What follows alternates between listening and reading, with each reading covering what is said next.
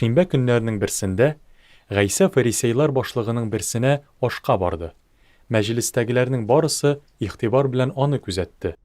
Шул вакыт аның каршына сары су авыруыннан интегүче бер кеше килеп басты. Канун белгечләренә һәм фарисейларга мөрәҗәгать итеп, Гайса шунда канун шимбә көнне авыруларны савыктырырга рөхсәт итәме дип сорады. Алар эндәшмәделәр. Ә ул авыру кешегә куллары белән орынып алып, аны савыктырды һәм өенә кайтарып җибәрде.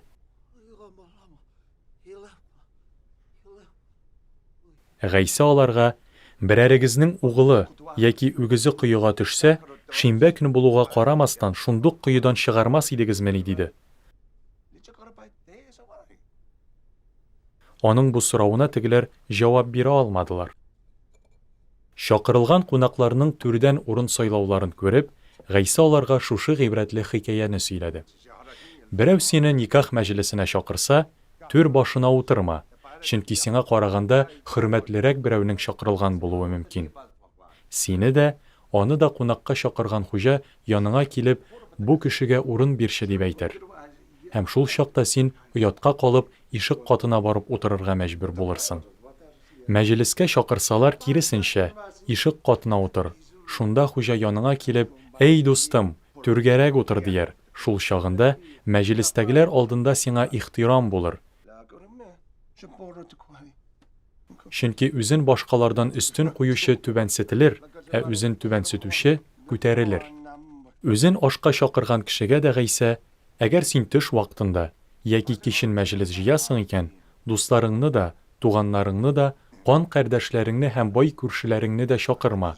Чөнки чакыруыңа каршы кайчан да булса, алар да сине ашка чакырыр. Һәм шуның белән исап-хисап беткән булып чыга диде. Мәҗлес үткәрә калсаң, фәкыйрьләрне, гарипләрне, аксак сукырларны чакыр. Әнә шул чакта бәхетле булырсың, чөнки алар сиңа кайтарып түли алмыйлар, ә сиңа тәкъвалар үледән терелгән көндә әҗере булыр. Гайса белән табын янында утыручыларның берсе, моны ишетеп, аңа Аллаһы патшалыгындагы мәҗлестә ризыктан авыз итәчәк кешеләр бәхетле диде. Гайса исә аңа булай дип җавап бирде. Бер кеше зур аш мәҗлесе үткәрергә җыенып, күп кунаклар чакырган. Һәм мәҗлес башланыр вакыт җиткәч, чакырылган кешеләргә "Килегез, инде бар нәрсә әзер" дип әйтергә үзенең хезмәтчесен җибәргән. Барысы да сүз берләшкән кебек гафу үтенә башлаган. Беренчесе, "Җир сатып алган идем, шуны барып карарга кирәк, зинһар гафу ит" дигән. Икенчесе, "5 пар үгез сатып алган идем, хәзер шуларны эштә сынап карамакчы булам, зинһар гафу ит" дигән. Өченчесе, "Мин әлерәк кенә өйләндем, шуңа күрә килә алмыйм" дигән. Хезмәтче кайтып бу хакта хуҗасына хәбәр иткән. Хуҗаның моңа ачуы килгән һәм хезмәтчесенә "Бар, тиз генә шәһәр урамнарыннан һәм тыкрыклардан фәкыйр, гарип, сукыр һәм аксакларны җыеп алып кил" дигән. Берникадәр вакыт үткәч, хезмәтче аңа "Хуҗам, синең әмерең үтәлде, әле тагын да буш урыннар бар" дигән. Хуҗа исә хезмәтчесенә "Бар, юлларга сукмакларга чык, кешеләрне монда килергә кыста, өем тулы булсын. Сезгә әйтәм, элек чакырылганнарның берсе дә минем ашымны татымас" дигән.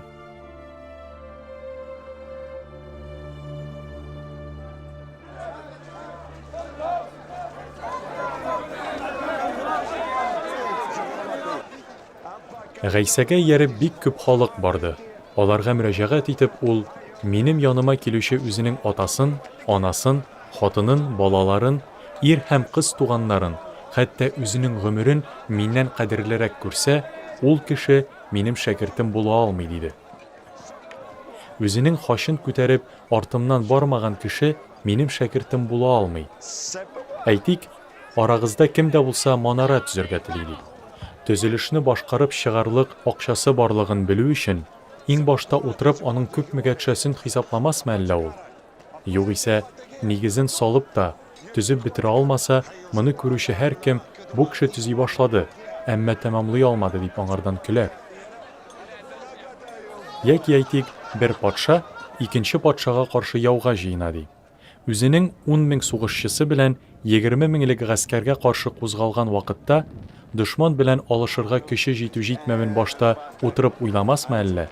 Әгәр көче җитми икән, сулык шартларын сорар өчен, ул әле ерактагы теге патшага илчеләрен җибәрер.